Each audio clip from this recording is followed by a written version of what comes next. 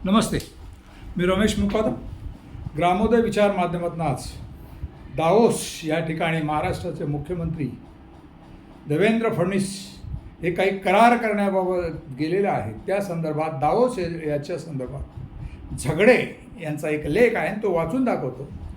Video आवडला तर like करा, सबस्क्राईब करा आणि फॉरवर्ड करा.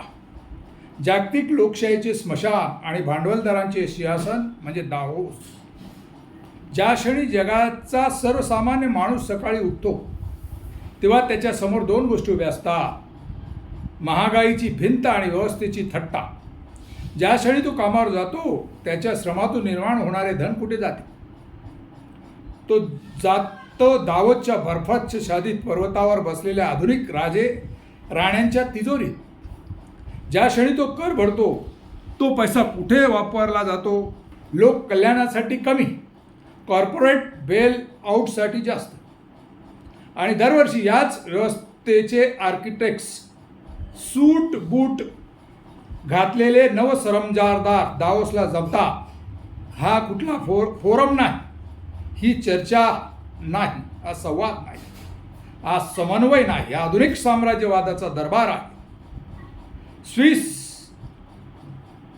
आल्प्समधील बर्फाखाली जणू जगाच्या लोकशाहीची कबर खणली गेली आहे आणि त्या कबरीवर वर्ल्ड इकॉनॉमिक फोरम नावाचा संगम रवरी थडगा उभा केलेला आहे. WEF हे संयुक्त राष्ट्र नाही, WEF हे WHO नाही, WEF हे युनेस्को नाही, WEF हे IMF किंवा जागतिक बँक नाही. WEF म्हणजे लोकशाही विरोधात काट, WEF म्हणजे सार्वजनिक सत्तेचे खाजगीकरण, WEF म्हणजे जनतेच्या सार्वभौमत्वाची चोरी. ही संस्था कुठल्या निवडणुकीतून आलेली नाही, तिच्या सदस्यांना कोणी मतदान केले नाही, तिच्या निर्णयाला कुठलाही संसदीय मंजुरी नाही, तरी ही संस्था जग चालवते. यालाच ते निर्लज्जपणे म्हणतात न्यू नॉर्मल्स. पण सत्य सांगायचे तर हा न्यू नॉर्मल नाही, हा तर ग्लोबल कडू डाव कप आहे. एक शांत हसरा सूट घातलेला चकचकीत बंदुकीऐवजी बोर्डरूम, लष्कराऐवजी लॉबी, टँकऐवजी टँक कंपन्या. लोकशाहीची टिकली आहे पण फक्त रंगमंचावर. पडद्यामागे सत्ता आहे कॉर्पोरेट साम्राज्याची. आजच्या जगाचा नवा संविधान आहे. तुम्ही मतदान करा, आम्ही शासन करू. अब्राहम लिंकनची लोकशाही आता इतिहास जमा झालेली आहे. आजची लोकशाही अशी आहे: of the 1% by the 1% for the 1%. हा 1% म्हणजे काय? जे लोक जे कर चुकवतात आणि नैतिकतेवर भाषण देतात, युद्धातून नफा कमवतात आणि शांततेवर परिषद घेतात, जंगल तोडतात आणि पर्यावरणावर भाष्य करतात, कामगारांना कंगाल करतात आणि इन्क्लुजनची भाषा करतात. देश स्वतःच्या ग्लोबल लीडर्स म्हणतात आणि प्रत्यक्षात ते ग्लोबल लुटारू आहे.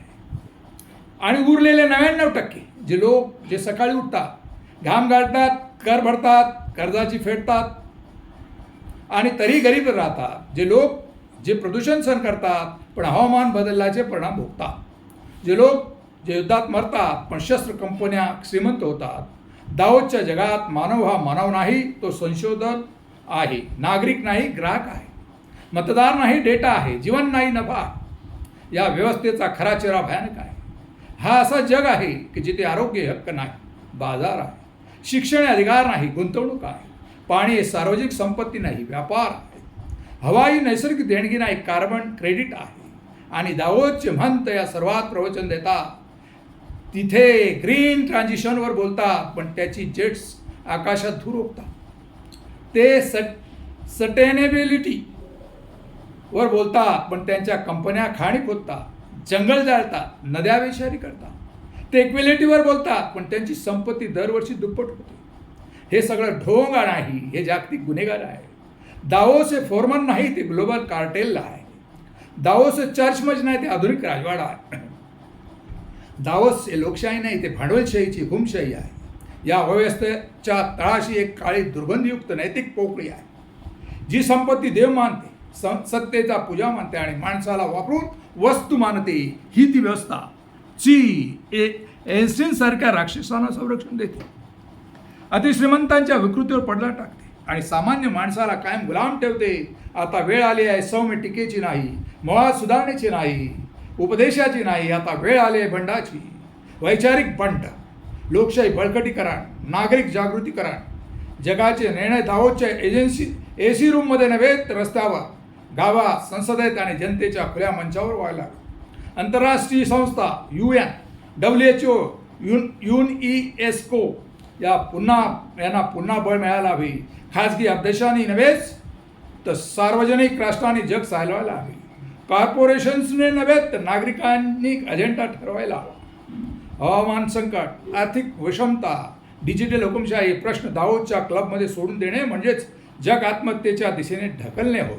दावोस हे जगाचे केंद्र नाही, ते जगाच्या लोकशाहीचे ब्लॅक होल आहे. जोपर्यंत हा ब्लॅक होल नष्ट होत नाही तोपर्यंत पृथ्वी मुक्त होणार नाही. भविष्य आहे अब्जाधीशांचे नाही तर अब्जावधी लोकांनी असेच असले पाहिजे. खाजगी पैशाचे नाही तर सार्वजनिक हिताचे असले पाहिजे.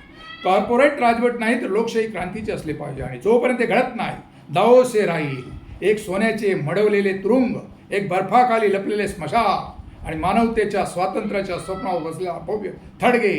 महेश झडगे यांनी हे एक लेख लिहिलेला आहे. या संदर्भात आपल्याला विचार करणं गरजेचं आहे आणि सर्वसामान्य नागरिकांनी या संदर्भात विचार करावा. या संदर्भात आपलं म्हणणं काय, कमेंट्स करा आणि माझा व्हिडिओ आवडला तर लाईक करा, सबस्क्राईब करा आणि फॉरवर्ड करा. जय हिंद, जय महाराष्ट्र, जय भारत.